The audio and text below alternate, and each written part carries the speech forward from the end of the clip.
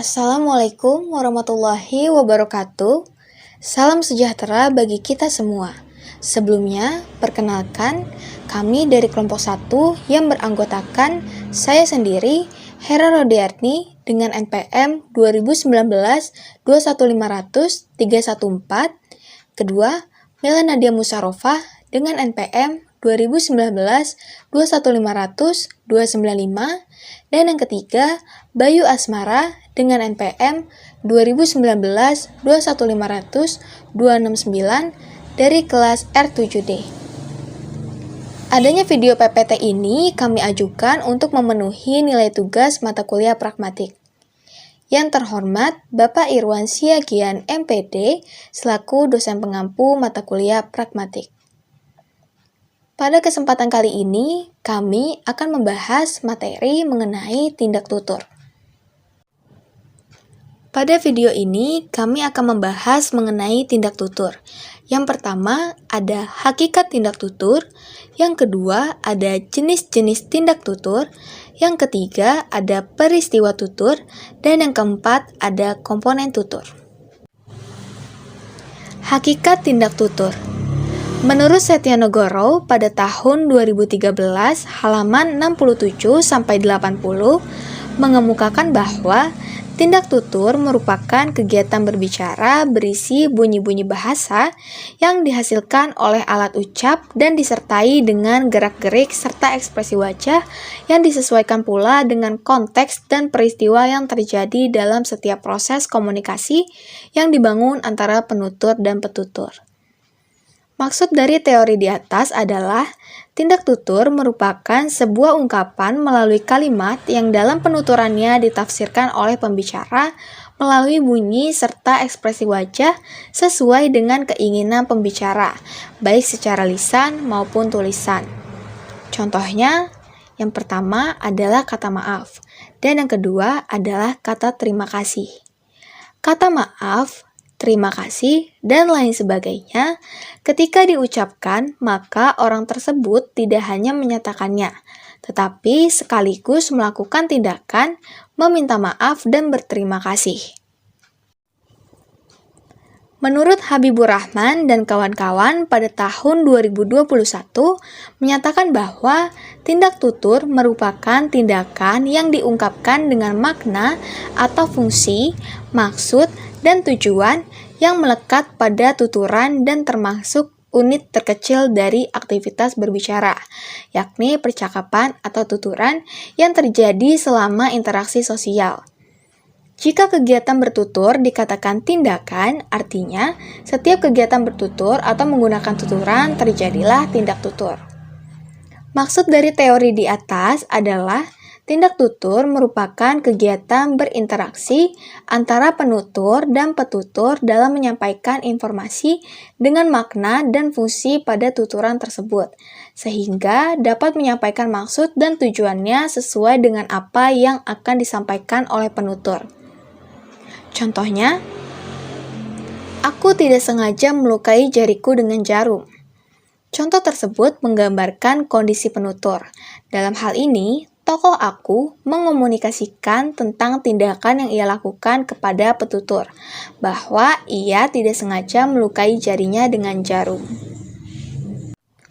Kemudian, menurut Purba, pada tahun 2011 halaman 80 menyatakan bahwa tindak tutur adalah gejala yang dirasakan seorang individu dan bersifat psikologis. Dalam hal ini, seorang individu memegang kendali penuh atas tindak tutur atau kecakapan berbahasa yang hendak dituturkan dengan menyesuaikan kondisi dan situasi tertentu.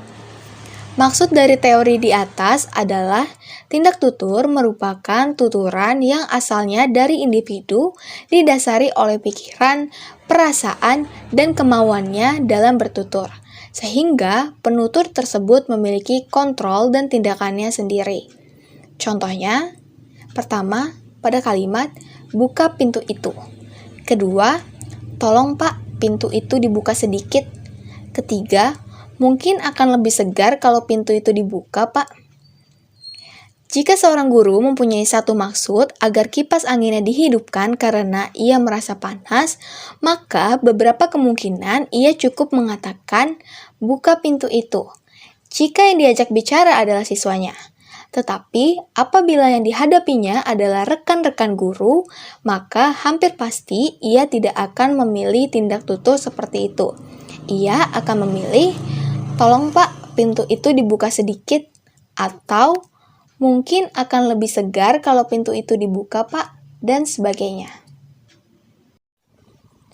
Jadi, sintesis dari teori hakikat tindak tutur dapat dikatakan bahwa tindak tutur adalah segala aktivitas atau tindakan yang dilakukan oleh seseorang dalam bentuk ujaran yang bersifat psikologis sebagai bagian dari sebuah interaksi sosial.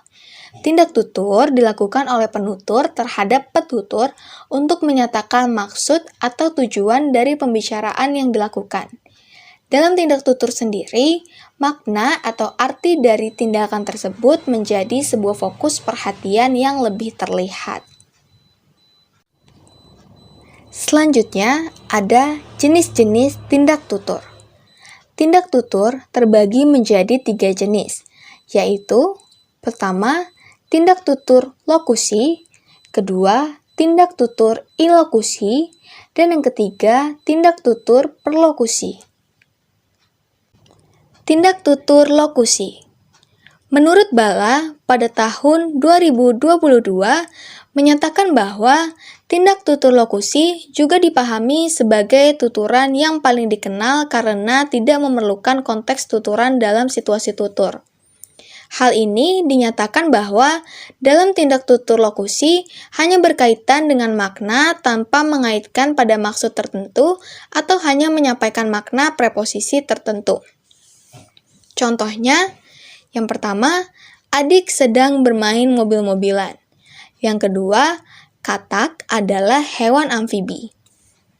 Contoh di atas menunjukkan adanya tindak tutur lokusi yang ditandai dengan kalimat informatif berupa pernyataan tanpa adanya tendensi dan tidak bersifat persuasif.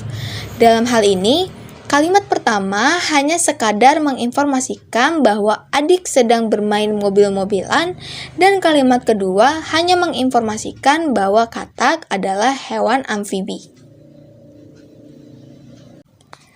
Tindak tutur ilokusi.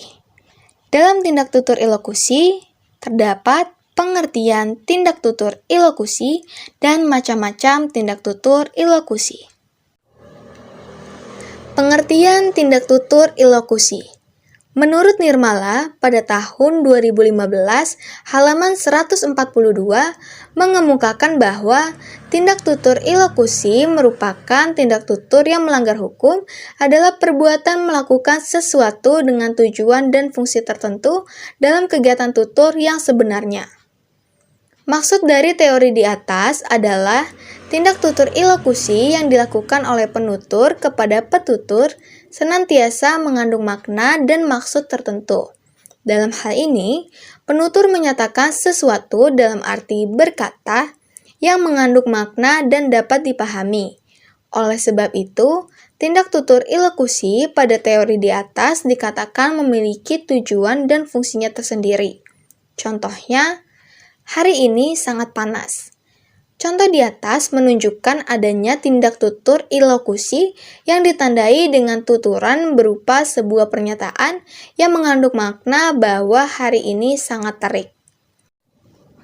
Menurut Stambo dan Ramadan pada tahun 2019 halaman 251 mengemukakan bahwa tindak tutur ilokusi merupakan maksud yang hendak dicapai oleh penutur ketika sedang menuturkan sesuatu, baik berupa tindakan menyatakan, berjanji, minta maaf, mengancam, memerintah, meramalkan, dan lain sebagainya. Maksud dari teori di atas adalah bahwa tindak tutur ilokusi merupakan kondisi ketika penutur hendak mengungkapkan isi hati atau perasaan yang tengah dirasakannya kepada lawan tutur. di mana ungkapan yang disampaikan oleh penutur dalam tindak tutur ilokusi ini biasanya bersifat tersirat namun tetap disadari maksud dan tujuannya oleh petutur atau lawan tutur. Contohnya, aku merindukanmu. Contoh di atas menunjukkan adanya tindak tutur ilokusi yang ditandai dengan tuturan berupa sebuah pernyataan yang mengandung makna bahwa penutur merindukan sang petutur yang berarti si penutur tersebut mengungkapkan perasaannya. Kemudian, menurut Handayani pada tahun 2016 halaman 306 mengemukakan bahwa tindak tutur ilokusi adalah tindak tutur yang dilakukan oleh penutur dengan tujuan untuk memerintah lawan tutur dengan menginformasikan sesuatu.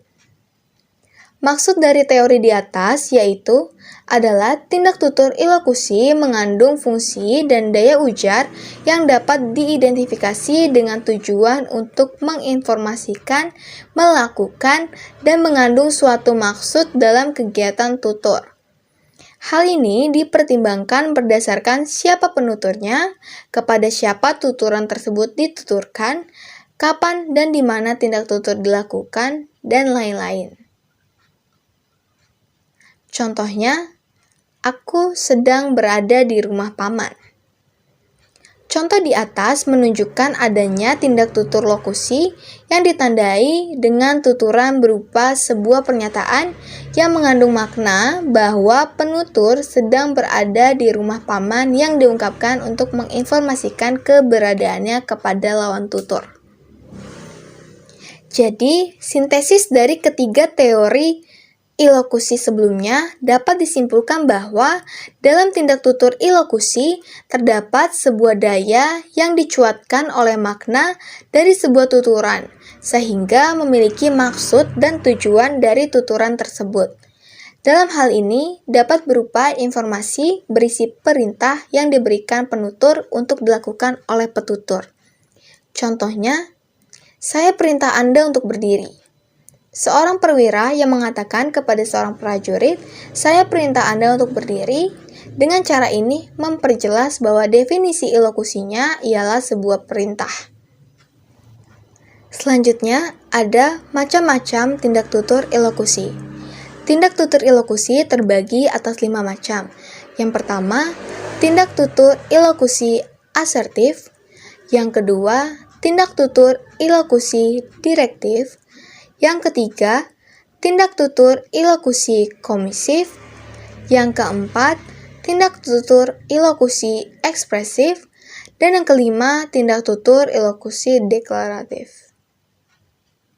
Terima kasih moderator atas pembukaan serta pemaparan materinya. Saya Mila Nadia Musarrofa akan melanjutkan presentasi terkait dengan macam-macam dari tindak tutur ilokusi. Yang pertama ada tindak tutur ilokusi asertif.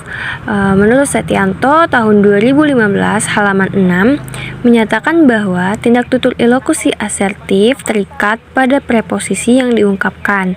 Misalnya menyatakan, mengusulkan, membual, mengeluh, mengungkapkan pendapat, dan melaporkan. Jadi, berdasarkan teori di atas, dapat dimaknai bahwa tindak tutur ilokusi asertif ini merupakan tindak tutur yang melibatkan penutur pada sebuah kebenaran proposisi yang disampaikan atau diekspresikan kepada lawan tutur atau petutur. Contohnya, di sini ada dialog, isinya adalah, "Gak enak ya jadi cewek." Tuturan tersebut termasuk dalam tuturan ilokusi asertif yang bersifat mengeluh. Sang penutur mengeluhkan jika menjadi seorang wanita itu tidak enak. Selanjutnya ada tindak tutur ilokusi direktif.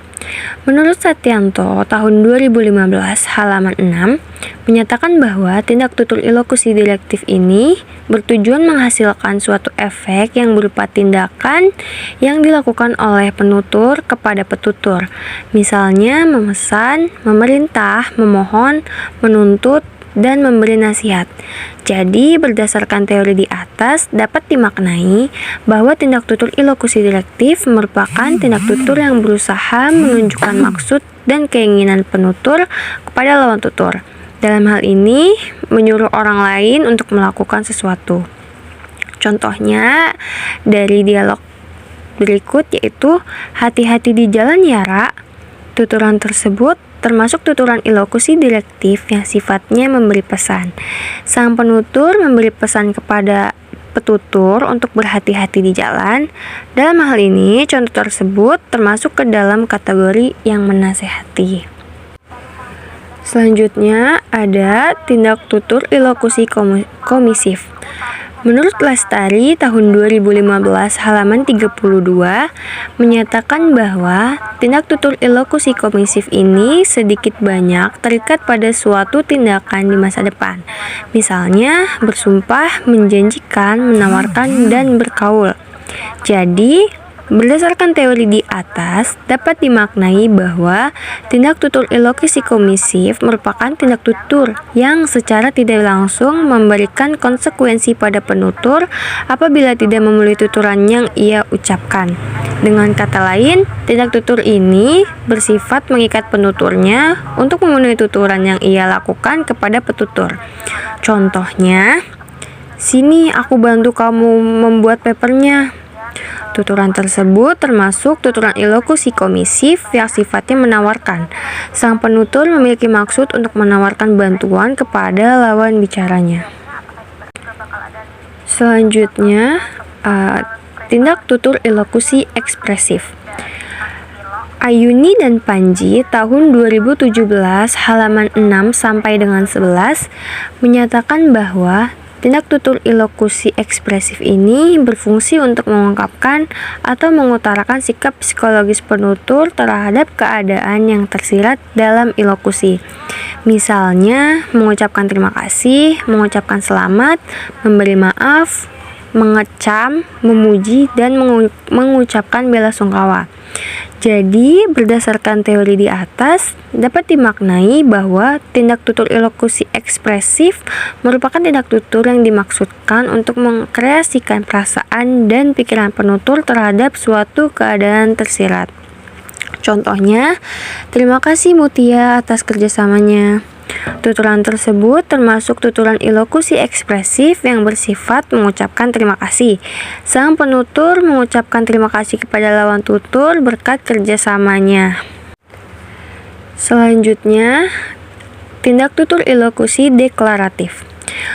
Widayati dan Utomo tahun 2020 halaman 18 sampai dengan 27 menyatakan bahwa tindak tutur ilokusi deklaratif ini memberikan akibat adanya kesesuaian antara isi proposisi dengan realitas, misalnya mengundurkan diri, memberikan nama, menjatuhkan hukuman, mengucilkan atau membuang, dan mengangkat pegawai.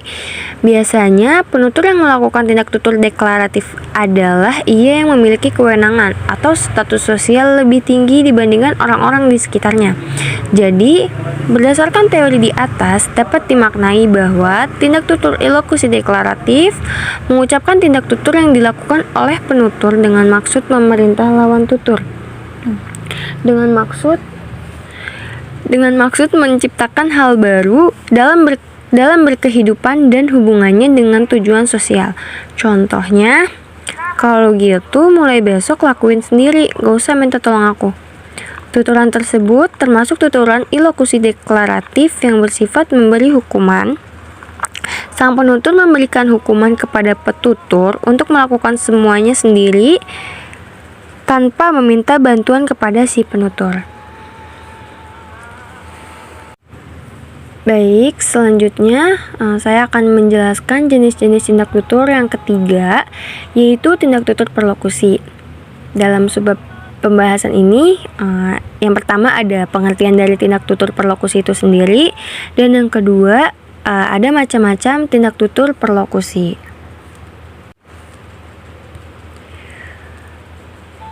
Tindak tutur perlokusi. Guntar tahun 2019 halaman 18 menjelaskan bahwa tindak tutur perlokusi adalah sebuah tuturan yang diutarakan oleh seseorang yang seringkali mempunyai daya pengaruh atau disebut juga perlocutionary force atau efek bagi yang mendengarkannya. Efek atau daya pengaruh ini dapat secara sengaja atau tidak sengaja dikreasikan oleh penuturnya, di mana tuturan tersebut berbentuk ujaran dan tindakan atau perbuatan. Maksud dari teori di atas adalah bahwasanya tindak tutur perlokusi memang dengan sengaja dilakukan atau dituturkan oleh penutur dengan tujuan agar lawan tutur merasakan, mendengarkan, dan memenuhi apa yang menjadi permintaan penutur.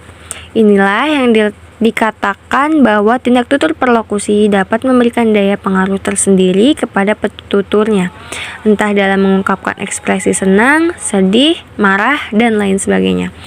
Contohnya, anak muda berkata, "Kematian Bapak mengimbangi dirinya sendiri."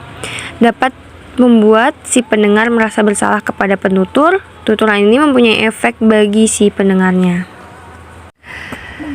Selanjutnya ada macam-macam dari tindak tutur perlokusi. Yang pertama ada tindak tutur perlokusi deklaratif, yang kedua tindak tutur perlokusi representatif, yang ketiga tindak tutur perlokusi ekspresif, yang keempat tindak tutur perlokusi direktif, yang kelima tindak tutur perlokusi komisif. Macam dari tindak tutur perlokusi yang pertama yaitu tindak tutur perlokusi deklaratif. Salsabila pada tahun 2001 menyatakan bahwa tindak tutur perlokusi deklaratif merupakan tindak yang terikat dengan isi proposisi dengan keadaan aslinya. Misalnya mengundurkan diri, memberi nama, menjatuhkan hukuman, mengucilkan atau membuang, dan mengangkat pegawai. Jadi berdasarkan teori di atas dapat dimaknai bahwa tindak tutur perlokusi deklaratif merupakan tindak tutur yang mengungkapkan kesesuaian antara isi proposisi dengan realitas yang dengan maksud menciptakan hal baru. Contohnya, "Iya, hari Rabu setelah hari ini, janda yang akan menikah." Tuturan tersebut termasuk tuturan perlokusi deklaratif dengan menamai orang. Penutur menamai orang yang akan menikah sesuai dengan status yang sebenarnya. Selanjutnya ada tindak tutur perlokusi representatif. Insani dan Sabardila pada tahun 2016 halaman 176 sampai dengan 184 menyatakan bahwa tindak tutur perlokusi representatif merupakan tindak tutur yang menyatakan apa yang diyakini oleh penutur kasus atau bukan. Misalnya pernyataan suatu fakta, penegasan, kesimpulan, dan pendeskripsian. Jadi, berdasarkan teori di atas, dapat dimaknai bahwa tindak tutur perlokusi representatif ini merupakan tindak tutur yang dilakukan oleh penutur untuk menggambarkan atau menginformasikan suatu hal berdasarkan waktu, tempat, dan kondisi tertentu. Contohnya, lagi di rumah nenek. Tuturan tersebut masuk perlokusi representatif karena si penutur menginformasikan atau menerangkan keadaannya. Selanjutnya, ada tindak tutur perlokusi ekspresif. Solihatun dan kawan-kawan pada tahun 2022 halaman 70 sampai dengan 86 menyatakan bahwa tindak tutur perlokusi ekspresif berfungsi untuk mengungkapkan atau mengutarakan sikap psikologis penutur terhadap keadaan. Misalnya mengucapkan terima kasih, mengucapkan selamat, memberi maaf, mengecam, memuji, dan mengucapkan bela sungkawa. Jadi, berdasarkan teori di atas dapat dimaknai bahwa tindak tutur perlokusi ekspresif adalah tindak tutur yang dilakukan oleh penutur dengan maksud untuk menyampaikan isi perasaan penutur kepada lawan tutur. Contohnya, saya meminta maaf, saya khilaf ketika wanita itu menggoda saya. Tuturan tersebut termasuk perlokusi ekspresif. Penutur mengucapkan maaf kepada lawan tuturnya karena merasa perasaan bersalah yang dimilikinya. Macam dari tindak tutur yang terakhir yaitu tindak tutur perlokusi direktif. Nurhaliza dan kawan-kawan pada tahun 2020 pada halaman 64 sampai dengan 73 menyatakan bahwa tindak tutur perlokusi direktif merupakan tindak tutur yang dipakai oleh penutur untuk menyuruh orang lain melakukan sesuatu. Jadi, berdasarkan teori di atas, dapat dimaknai bahwa tindak tutur perlokusi direktif merupakan bentuk tuturan yang diujarkan oleh penutur yang memberikan pengaruh kepada lawan tutur agar berakhir dengan melakukan sebuah tindakan. Contohnya, jangan melepas genggaman ini, Sa. Tuturan tersebut termasuk perlokusi direktif, yaitu perintah. Penutur melakukan sebuah perintah kepada mitra tutur dengan menyatakan apa yang menjadi keinginan sang penutur. Baik, Assalamualaikum warahmatullahi wabarakatuh. Terima kasih sebelumnya. Berdasarkan apa yang sudah dijelaskan oleh kedua rekan saya, kami dari kelompok 1 ingin menjelaskan tindak tutur perlokusi. Macam-macam tindak tutur perlokusi. Ada tindak tutur perlokusi komisif. Menurut Salsabila 2001 menyatakan bahwa tindak tutur perlokusi komisif merupakan tindak tutur yang dipahami oleh penutur untuk mengingatkan dirinya terhadap tindakan-tindakan di masa yang akan datang. Misalnya, janji, ancaman, dan penolakan ikrar.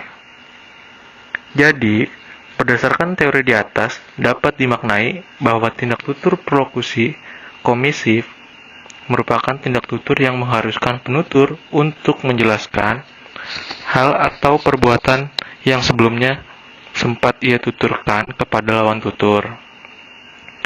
Contoh, aku tidak akan melupakanmu semudah itu, Mas. Tuturan tersebut termasuk tuturan perlokusi komisif yang berupa pernyataan yang berfungsi sebagai perjanjian yang memiliki makna untuk tidak melupakan mitra tutur.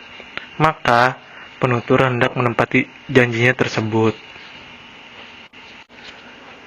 Ada pula peristiwa tutur.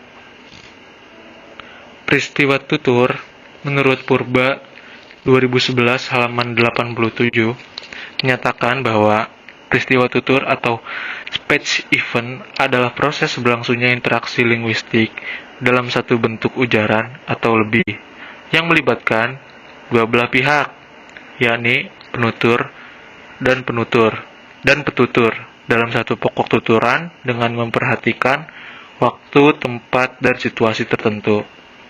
Jadi, berdasarkan teori di atas, dapat dimaknai bahwa peristiwa tutur bertujuan untuk menggambarkan kondisi dan situasi yang terjadi ketika penutur dan lawan tutur sedang melakukan tuturan. Contoh, pembeli berbicara, harga cabai merah 1 kilo berapa, Bu? Penjual menjawab, 100.000, Bu. Pembeli menjawab lagi, saya beli 2 kilogram ya, Bu. Penjual menjawab, boleh, Neng, buat acara ya? Pembeli menjawab lagi, iya betul, Bu. Acara 7 bulanan kehamilan anak saya. Penjual menjawab, semoga lancar acaranya ya, Bu. Pada contoh percakapan di atas, terlihat peristiwa tutur yang terjadi antara penjual dan pembeli ketika membeli cabai di pasar. Sedangkan Putri mengatakan 2016 halaman 15 bahwa peristiwa tutur adalah terjadinya interaksi linguistik yang melibatkan satu atau lebih bentuk tuturan yang melibatkan penutur dan lawan tutur pada waktu, tempat, dan konteks tertentu. Peristiwa tutur merupakan satu rangkaian tindakan tutur dalam satu bentuk ujaran atau lebih yang melibatkan dua pihak, yaitu penutur dan lawan tutur dengan satu pokok tuturan dalam waktu, tempat, dan situasi tertentu. Contoh, guru bertanya, halaman berapa kemarin? Guru menanyakan pelajaran yang telah lalu pada buku cetak. Siswa menjawab, 41, Bu. Siswa bersorak-sorak atau serentak menjawab bersama. Kemudian guru bertanya lagi, soal di kelas kemarin bisa dikerjakan? Siswa menjawab lagi, Bisa. Guru menjawab dengan kumpulkan meja di atas. Pada proses kegiatan belajar mengajar, guru sering menggunakan tuturan yang mengandung makna pragmatik imperatif atau perintah. Tuturan tersebut biasanya digunakan ketika seorang guru memerintah siswanya untuk melakukan sesuatu. Ada pula komponen tutur. Halid 2019 halaman 441 sampai 458 menyatakan terdapat 8 peristiwa tutur yang harus dipenuhi yang biasa disingkat dengan speaking, yaitu yang pertama 1 setting and skin, kedua ada participants, yang ketiga ada and, yang keempat ada exequence, yang kelima ada key, yang keenam ada instrumentalities, yang ketujuh ada norm of interaction and interpretation, yang kedelapan ada genre. 1. Setting dan skin. Arifinain dan kawan-kawan menyatakan pada 2016 halaman 1-11 bahwa setting dan skin adalah komponen tindak tutur yang berhubungan dengan waktu dan tempat pertuturan berlangsung. Sedangkan skin mengarah kepada situasi tempat dan waktu atau situasi psikologis pembicara. Jadi, maksud dari teori di atas adalah setting dan skin merupakan salah satu komponen tutur yang dalam setiap kegiatan tindak tuturnya terjadi antara penutur dan lawan tutur.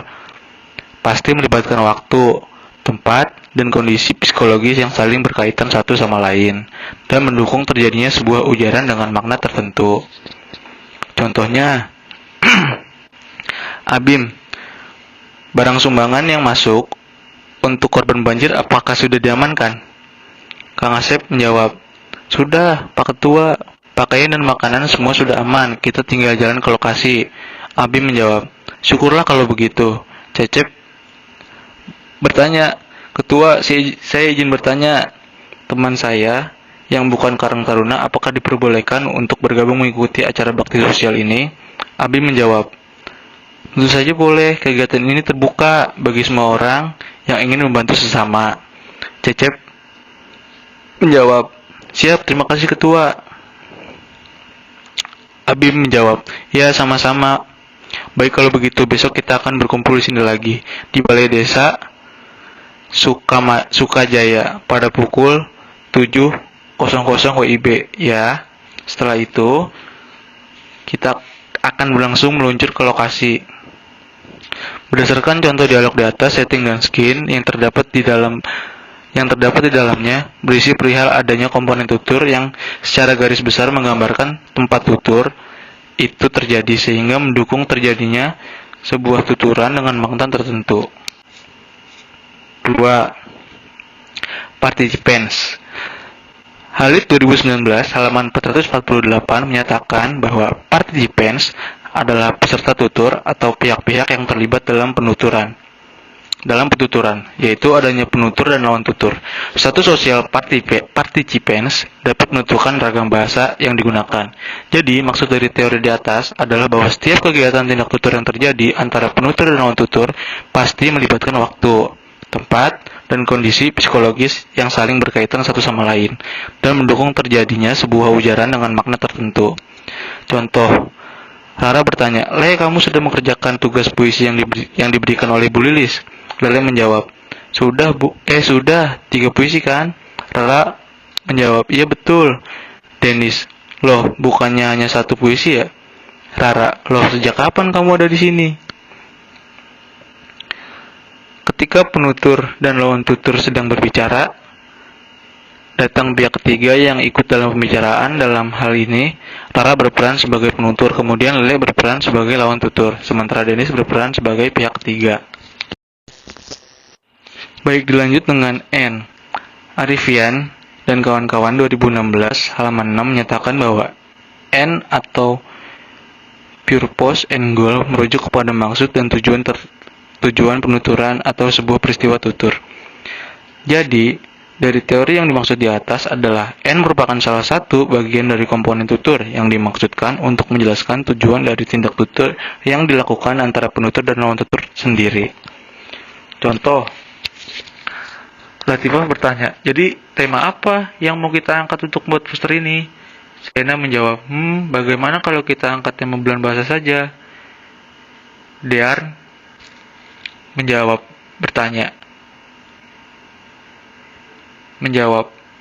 oh, boleh banget tuh, nanti ditambah dengan aksen kebudayaan seperti akan lebih bagus.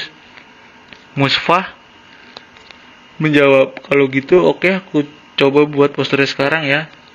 Semua menjawab, oke. Baik, dalam contoh di atas terlihat bahwa diskusi kelompok diartikan sebagai situasi tutur dalam forum diskusi yang dilakukan oleh peserta tutur.